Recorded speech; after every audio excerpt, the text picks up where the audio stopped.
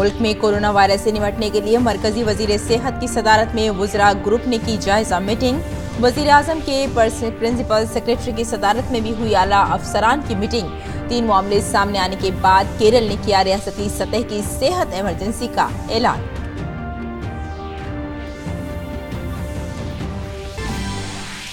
Corona virus के कहर से 2-4 चीन में मरने वालों की तादाद हुई 425। हांगकांग में पेश आया कोरोना वायरस से मरने का पहला मामला। कोरोना वायरस के शक में जापान ने पूरे जहाज के अमला समेत 3,500 मुसाफिरों को किया क्वारंटीन।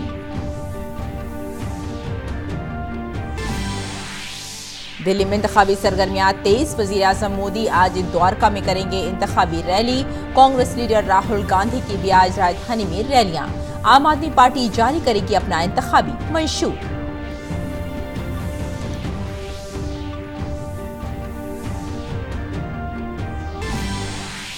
और बैनुल-अक़वामी खबरों में अमेरिका में सदारती उम्मीदवार की दौड़ शुरू। आयोवा कॉक्स में डेमोक्रेटिक पार्टी के उम्मीदवार के लिए राय दही। बर्नी सैंडर्स और जो बाइडेन रेस में आगे। रिपब्लिकन पार्टी के उम्मीदवार के तौर पर डोनाल्ड ट्रंप का जीतना यकीनी। और खेल की खबरों में न्यूजीलैंड के खिलाफ इस महीने आखिर में शुरू होने वाली 2 टेस्ट मैचों की सीरीज के लिए भारतीय टीम का ऐलान। जख्मी रोहित शर्मा की जगह शुभमन गिल टीम में शामिल। पृथ्वी शॉ और दूसरे विकेटकीपर की शक्ल में ऋषभ पंत को मिली जगह। अंडर 19 आलमी कप क्रिकेट के सेमीफाइनल में आज भारत का मुकाबला पाकिस्तान से। 4 बार की चैंपियन भारतीय टीम लगातार तीसरी बार फाइनल में पहुंचने के लिए करेगी कोशिश। टूर्नामेंट में दोनों ही टीमें अब तक बनी हुई हैं नाकाबिले शिकस्त।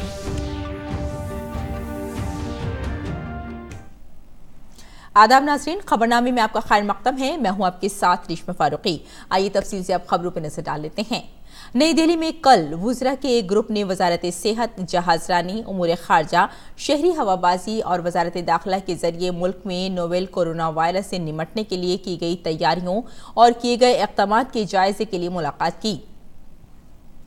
वजीर सेहत डॉक्टर हर्षवर्धन ने मीटिंग की सदारत की। वुज़रा को MCOV 2019 की सूरत हाल के बारे में एक प्रेजेंटेशन दिया गया। मुल्क में नोवेल कोरोना वायरस की रोकथाम और इसके बंदोबस्त से मुताल्लिक़ इक़दाम की जानकारी भी दी गई। वज़ीर आज़म के प्रिंसिपल सेक्रेटरी PK मिश्रा ने मुल्क में कोरोना वायरस से मुताल्लिक़ सूरत हाल और बाहर निकाल कर लाए गए 600 अफराद के लिए किए गए इंतजामात का भी जायजा लिया। कौमी सलामती के मुशीर अजीत डोभाल, वज़ीर आज़म के प्रिंसिपल मुशीर PK सिन्हा, काबीना secretary Rajiv Gauba, chief of defence staff general Bipin Rawat और दीगर मुताल्लिक़ा वजारतों के सेक्रेटरीज इस मौके पर मौजूद थे। कटक में कोरोना वायरस के 8 मशकूक मामले सामने आए हैं, जिनमें से 5 के नमूने नेगेटिव पाए गए हैं। और कोरोना वायरस को रोकने और इसे निपटने के लिए चीन हर मुमकिन कोशिश कर रहा है। चीन में कोरोना वायरस से अब तक 425 लोगों की मौत हो चुकी है। चीन के कौमी सेहत कमीशन ने इन लोगों के मरने की तौसीक की है। कल चीन में 3,235 नए मामले सामने आए हैं। इस तरह चीन में अब तक कोरोना वायरस के 20,471 मामलात की तस्दीक हो चुकी है। इसके अलावा 23,214 मशकूक मामलात की जांच की जा रही है। चीन ने अमरीकी माहिरीन सेहत को मुतासिरा इलाकों का दौरा करने की इजाज़त दे दी है।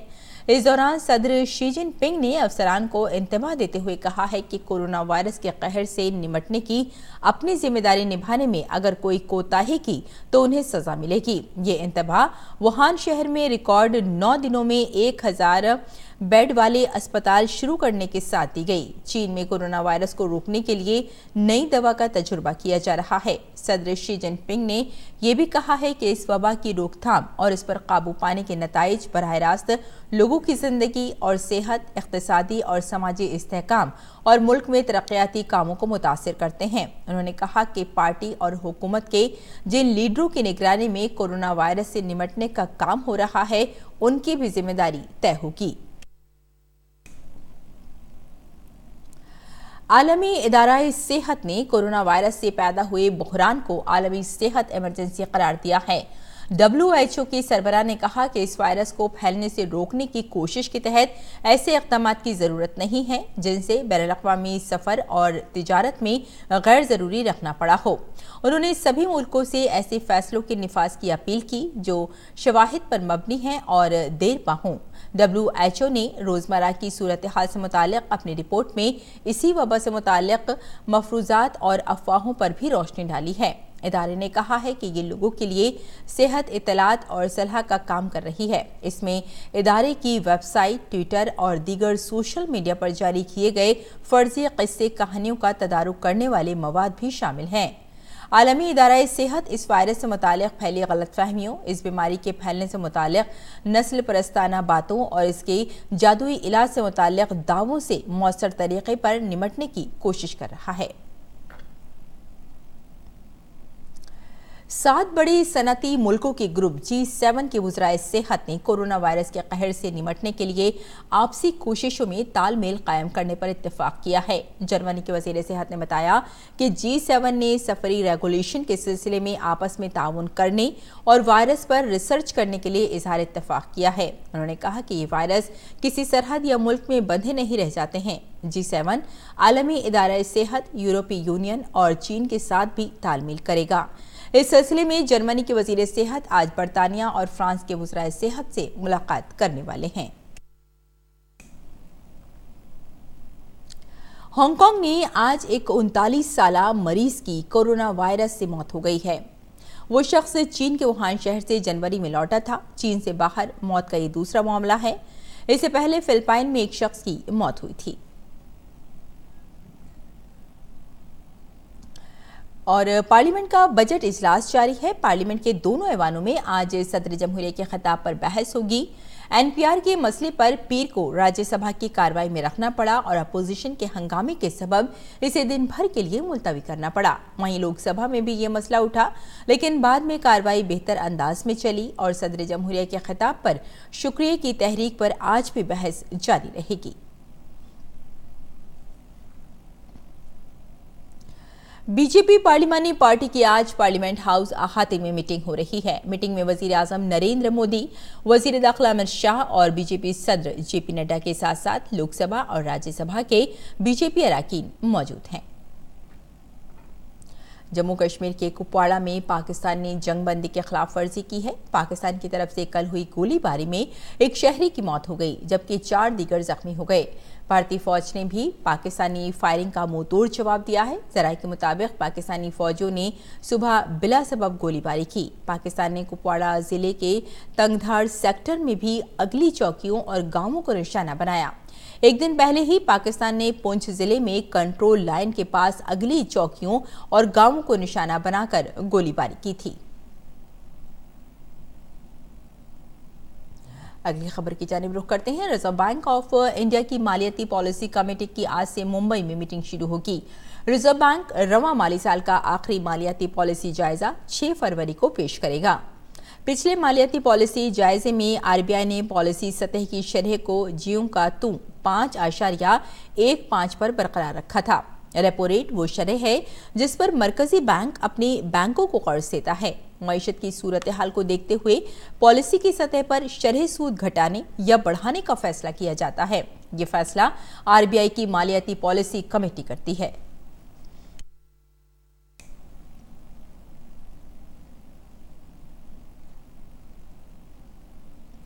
और अमेरिका में एक और खबर पर नजर डाल लेते हैं। दिल्ली में 8 फरवरी को इंतखाबात होने हैं और ये भी आपको बताते चलें कि chief election commissioner Sunil Arora की सदारत में इंतखाबी कमीशन ने दिल्ली असेंबली इंतखाबात की तैयारियों का जायजा लिया। मीटिंग में इंतजामिया और पुलिस के दरमियान तालमेल यकीनी बनाने के लिए उठाए गए कदमों का जायजा लिया गया।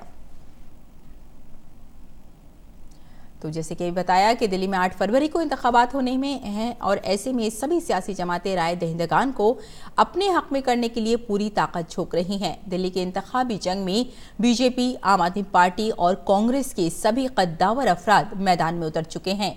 वजीर दाखिला अमित शाह ने मुंडका, सदर बाजार, पहाड़गंज और ग्रेटर कैलाश में अवामी जलसे किए। बीजेपी सदर जेपी नड्डा ने शकूर बस्ती, मॉडल टाउन और चांदनी चौक में लोगों से खिताब किया।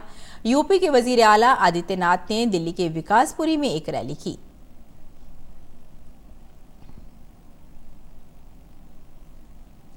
कांग्रेस पार्टी ने भी दिल्ली के इंतखाबात में अपनी पूरी ताकत झोंक रखी है। इसके मुख्तलिफ रहनुमा शहर में इंतखाबी मुहिम चला रहे हैं। कांग्रेस लीडर राहुल गांधी भी आज मुतादिद रैलियों से खिताब करेंगे। दूसरी तरफ बरसरे इख्तिदार आम आदमी पार्टी के कई लीडरों ने दिल्ली में बीजेपी का दामन थामा। दिल्ली बीजेपी के इंतखाबी इंचार्ज प्रकाश जावड़ेकर और रियासती बीजेपी सदर मनोज तिवारी की मौजूदगी में नॉर्थ एमसीडी के नामजद काउंसिलर जय कुमार बंसल, साबिक डिप्टी चेयरपर्सन नरेला जोन अर्चना समेत 1 दर्जन आप लीडरों ने बीजेपी की रुकनियत हासिल की। दिल्ली के विश्वास नगर में आम आदमी पार्टी के सरबराह और वजीर आला अरविंद केजरीवाल ने पीर के रोज इंतखाबी रैली की। इस दौरान उन्होंने अपनी हुकूमत के जरिए किए गए काम गिनवाए और बीजेपी कांग्रेस पर जमकर हमला किया।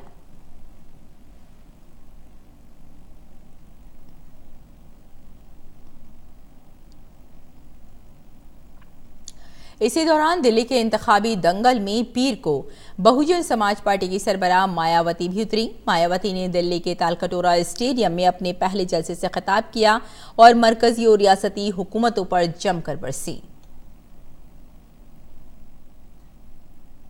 दूसरी जानिब दिल्ली हाई कोर्ट की 2 जजों पर मुश्तमिल बेंच ने मुजव्वजा दिल्ली असेंबली इंतखाबात में 11 आज़ाद उम्मीदवारों की नामजदगी मुस्तरद किए जाने के खिलाफ दायर उनकी अर्जी पर इंतखाबी कमीशन और मरकज से अपना जवाब देने को कहा है। राजधानी में ज़ाब्ता अखलाक नाफिज होने के बाद से अब तक 9 करोड़ रुपए से ज्यादा नकदी समेत 50 करोड़ रुपए से भी ज्यादा कीमत की शराब, मनशियात और कीमती मादनियात जब्त की गई हैं।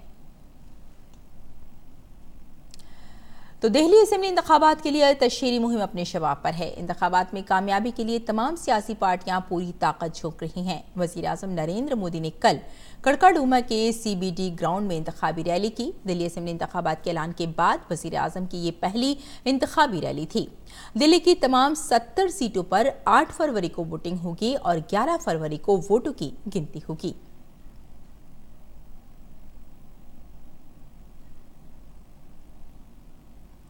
वज़ीर आज़म नरेंद्र मोदी ने दिल्ली असेंबली इंतखाबात में अपनी रैली के दौरान कहा कि दिल्ली के अवाम ने 20 बरस में बहुत कुछ देखा है, बहुत तबाही आप देख चुके हैं। आप एक ही रास्ता बचा है, अब दिल्ली में बीजेपी का आना बहुत ज़रूरी है। वज़ीर आज़म मोदी ने कहा कि अब मुल्क नफरत की सियासत से नहीं बल्कि कौमी तरक्की से चलेगा। वज़ीर आज़म ने कहा कि दिल्ली में तकसीम के बाद यहाँ आए लोगों का खैर मकदम भी किया गया है और उन्हें तरक्की का हर मुमकिन मौका फराहम किया गया है। वज़ीर आज़म ने अवाम से बीजेपी के हक में वोट करने की अपील की और कहा कि जब दिल्ली में बीजेपी की हुकूमत बनेगी तो मुल्क भर में हम जो काम कर रहे हैं वो कामकाज दिल्ली में भी बआसानी किए जा सकेंगे। सिलमपुर हो, जामिया हो या फिर शाहीन बाग, बीते कई दिनों से सिटीजनशिप अमेंडमेंट बिल को लेकर प्रदर्शन हुए। क्या ये प्रदर्शन सिर्फ एक संयोग है?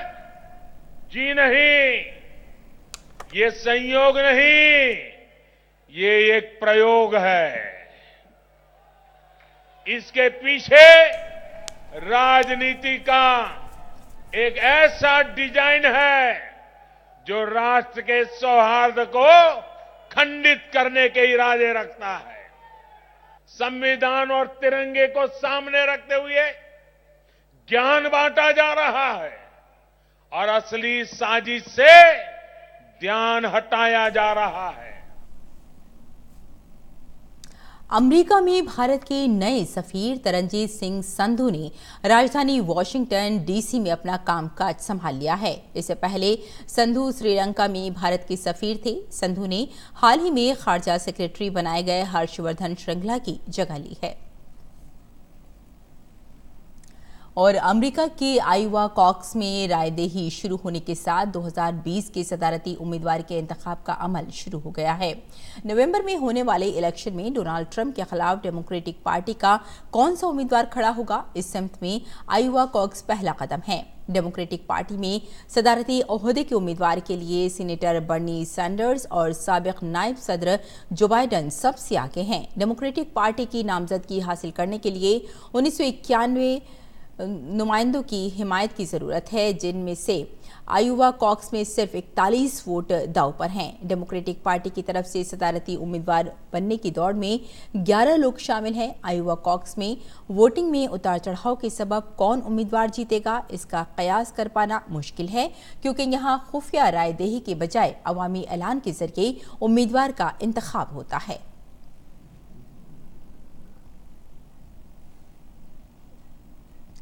अमेरिकी सदर डोनाल्ड ट्रंप को मुआवजे की तहरीक के मामले में आज सीनेट से राहत मिल सकती है। सीनेट में सदर ट्रंप के खिलाफ मुआवजे की तहरीक के मामले के आखिरी मरहले की समाअत शुरू हो गई है और इसमें सदर ट्रंप का इल्जामात से बरी होना तय माना जा रहा है। सीनेट मुआवजा तहरीक के मुनज़्ज़मकार और कोलोराडो से रुकन पार्लियामेंट जैसे करा ने डेमोक्रेट्स के तबसरों को ये कहते हुए खारिज कर दिया कि मुआवजे की तहरीक एक ऐसा अमल है जिसे गैर मामूली सूरत हाल में ही इस्तेमाल किया जाता है। जैसन करा ने कहा कि ट्रंप के खिलाफ मुआवजे की तहरीक चलाएंगे, लेकिन ध्यान रहे कि इसका सीधा पैगाम अवाम तक जाता है। 100 सीनेटर्स ट्रंप की लीगल टीम और ट्रंप पर इल्जाम लगाने वाले डेमोक्रेट अक्सरियती मजलिस नुमाइंदगान के साथ बराबर बराबर बटे हुए हैं। अमेरिका की टेक्सास यूनिवर्सिटी में गोलीबारी के दौरान 2 लोगों की मौत हो गई, जबकि एक दीगर के जख्मी होने की खबर है। यूनिवर्सिटी के इत्तलात के मुताबिक टेक्सास यूनिवर्सिटी कॉमर्स के अहाते में ये वाकया पेश आया, जिसमें 2 लोगों की मौत हो गई, जबकि एक शख्स जख्मी हो गया, जिसे अस्पताल में दाखिल कराया गया है। और न्यूजीलैंड के खिलाफ मुजवजा टेस्ट सीरीज के लिए भारत की 16 रुकनी टीम का ऐलान कर दिया गया है। रोहित शर्मा चोट के सबब नहीं खेल पाएंगे और उनकी जगह पर सिमरन गिल को जगह दी गई है। सीरीज का पहला टेस्ट 21 फरवरी से वेलिंगटन में खेला जाएगा। टीम इस तरह है: विराट कोहली कप्तान, मयंक अग्रवाल, पृथ्वी शा, गिल, चेतेश्वर पुजारा, अजिंक्य रहाणे नायब कप्तान और Hanuma Vihari, Wriddhiman Saha wicket keeper, Rishabh Pant wicket keeper, R Ashwin, Ravindra Jadeja, Jasprit Bumrah, Umesh Yadav, Mohammed Shami, Navdeep Saini और ईशांत शर्मा, जिनकी फिटनेस क्लियरेंस का भी इंतजार है। भारतीय कप्तान विराट कोहली ने कहा है कि रोहित शर्मा की चोट टीम के लिए बेहद अफसोसनाक है। हालांकि उन्होंने कहा कि फिलहाल अभी कोई बड़ा टूर्नामेंट सामने नहीं आया है। ऐसे में रोहित को इस इंजरी से उबरने के लिए काफी वक्त मिलेगा। I know it's an unfortunate situation that Rohit can't be a part of this series. Obviously, he's when you talk of one-day cricket, T20 cricket, or even Test cricket now, he's one guy who's always on the list first. So the impact he's had is there for everyone to see. But the thing is that we don't have any one-day tournaments to look forward to. So it's actually an ideal time for him to go away and rectify this as soon as he can and come back.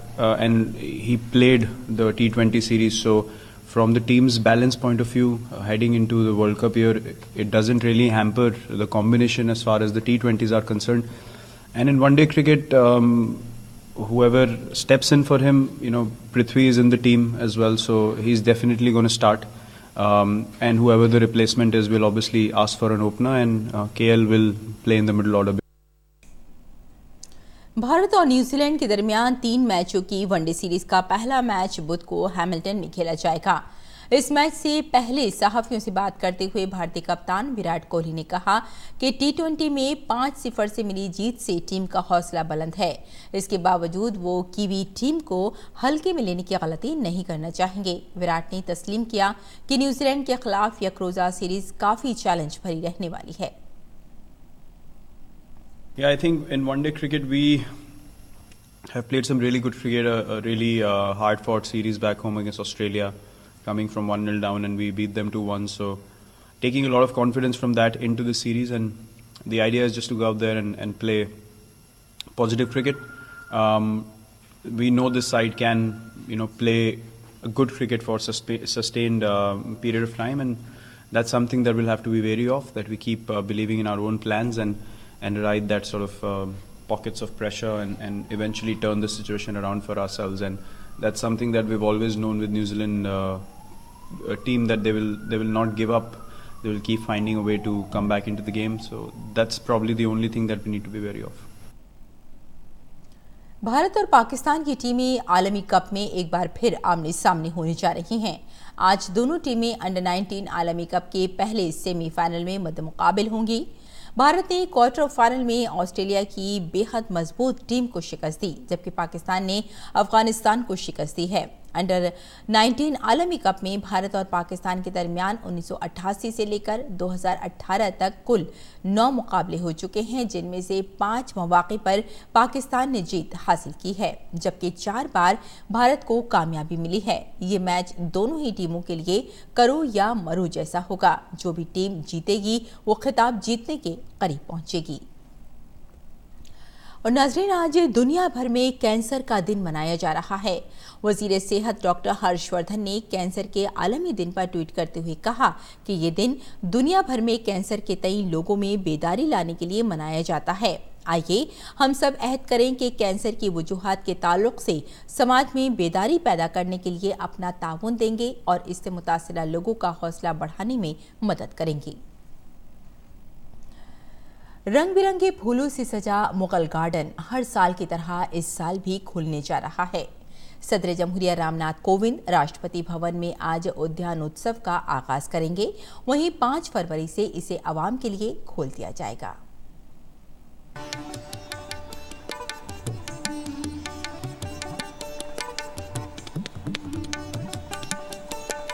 ये कुछ खास तस्वीरें हैं Mughal garden की। इससे पहले कि आप इसका खुद जाकर दीदार करें, हम आपके लिए लेकर आए हैं वहाँ के खूबसूरत फूलों की पुरकशिश तस्वीरें। इंतजार की घड़ियाँ अब होने जा रही हैं खत्म। आप और हम 5 फरवरी से इसका दीदार कर पाएंगे। सैकड़ों किस्म के फूलों, नायाब जड़ी बूटियों और पेड़ पौधों के लिए मशहूर है राष्ट्रपति भवन का मुगल गार्डन। 5 फरवरी से 8 मार्च तक इस साल मुगल गार्डन ओपन रहेंगे। सोमवार का दिन बंद रहता है क्योंकि मेंटेनेंस के लिए वो ज़रूरी है। राष्ट्रपति भवन का ये मुगल गार्डन 15 एकड़ का अहाता करता है। उद्यानोत्सव के दौरान लोगों को सैकड़ों किस्म के खूबसूरत फूलों का करीब से दीदार करने का मौका मिलेगा, जिसमें 10 अलग अलग किस्म के 10,000 ट्यूलिप, 138 किस्म के गुलाब, रेननक्यूलस, पैंजिम, डालिया समेत 70 किस्म के मौसमी फूल तवज्जो का मरकज रहेंगे। इस बार जो है मुगल उद्यान में आपको जो ट्यूलिप की जो है नई वैरायटी जो लास्ट ईयर थी उसमें से भी कुछ अलग किस्म की एक तो ट्यूलिप वैरायटीज मिलेंगी। उसके अलावा जो है 5,000 हमने डहलियाज लगाया है। रोजेज की हमारे पास 138 वैरायटीज़ हैं और जिसमें से कि एक न्यू वैरायटी जो है ऐड की गई है ग्रेस डे मोनाक। मुगल गार्डन में खिले सैकड़ों फूल जहां आम आदमी की तवज्जो अपनी जानिब मबजूल करने का काम करेंगे, वहीं दूसरी जानिब म्यूजियम में जाकर लोग यहां की तारीख के बारे में भी वाकिफ हो पाएंगे। सर्किट 2 म्यूजियम है जहां पर हम राष्ट्रपति और राष्ट्रपति भवन से रिलेटेड काफ़ी सारी आर्टिफैक्ट्स हैं वहां पर रखी हुई हैं। तकरीबन 1 महीने तक मुगल गार्डन सोमवार को छोड़कर 5 फरवरी से 8 मार्च तक सुबह 10 बजे से शाम 4 बजे तक आम लोगों के लिए खुला रहेगा। मुगल गार्डन में दाखिले की कोई फीस नहीं होगी, जबकि म्यूजियम की 50 रुपए की फीस अदा करनी होगी। उर्मिलेश भट्ट की रिपोर्ट, डीडी न्यूज़ उर्दू खबरें। और नाज़रीन, अब दिल्ली से शाये उर्दू अखबारात का मुख्तसर जायजा।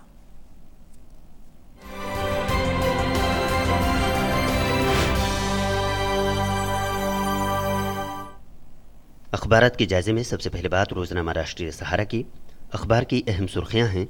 वज़ीर-ए-आज़म नरेंद्र मोदी ने कल दिल्ली में अपनी रैली में कहा कि शाहीन बाग मुजाहरा इत्तेफाक नहीं एक तजर्बा। उत्तर प्रदेश में PFI के 108 अरकान गिरफ्तार।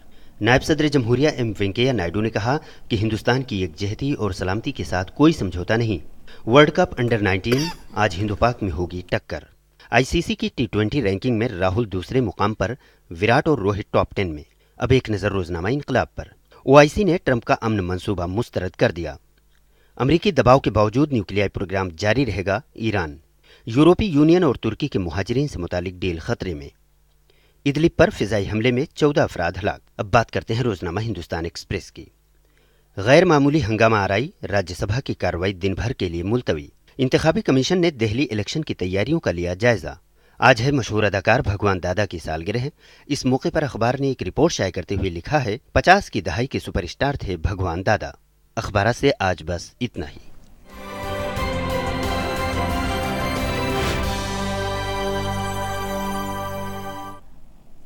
और अब मौसम का मिजाज।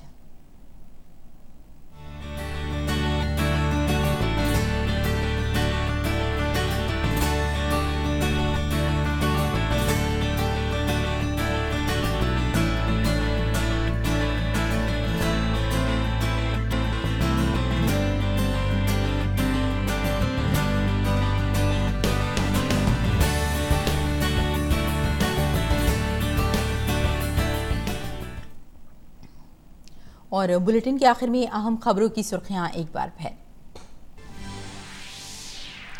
मुल्क में कोरोना वायरस से निपटने के लिए मरकजी वजीर सेहत की सदारत में वुज़रा ग्रुप ने की जायजा मीटिंग। वजीर आजम की प्रिंसिपल सेक्रेटरी की सदारत में हुई आला अफसरान की मीटिंग। 3 मामले सामने आने के बाद केरल ने किया रियासती सतह की सेहत इमरजेंसी का ऐलान।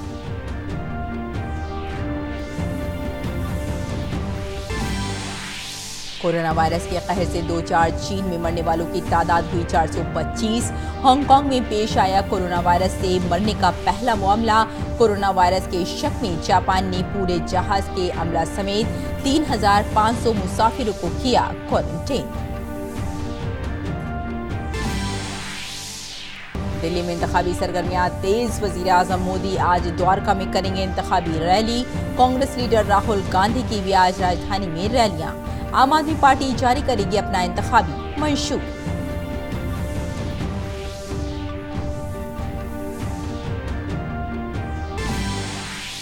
और बैनुल-अक़वामी खबरों में अमेरिका में सदारती उम्मीदवार की दौड़ शुरू। आयोवा कॉकस में डेमोक्रेटिक पार्टी के उम्मीदवार के लिए रायदही। बर्नी सैंडर्स और जो बाइडेन रेस में आगे। रिपब्लिक पार्टी के उम्मीदवार के तौर पर डोनाल्ड ट्रंप का जीतना यकीनी।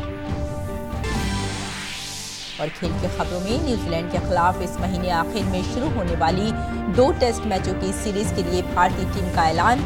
जख्मी रोहित शर्मा की जगह शुभमन गिल टीम में शामिल। पृथ्वी शॉ और दूसरे विकेट कीपर की शक्ल में ऋषभ पंत को मिली जगह।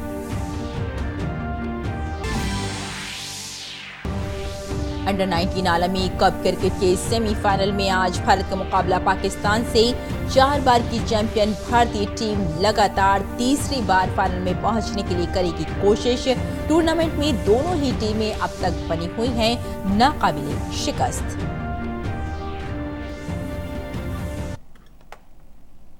तो नाज़रीन, इस बुलेटिन में फिलहाल इतना ही। इजाजत दें, आदाब।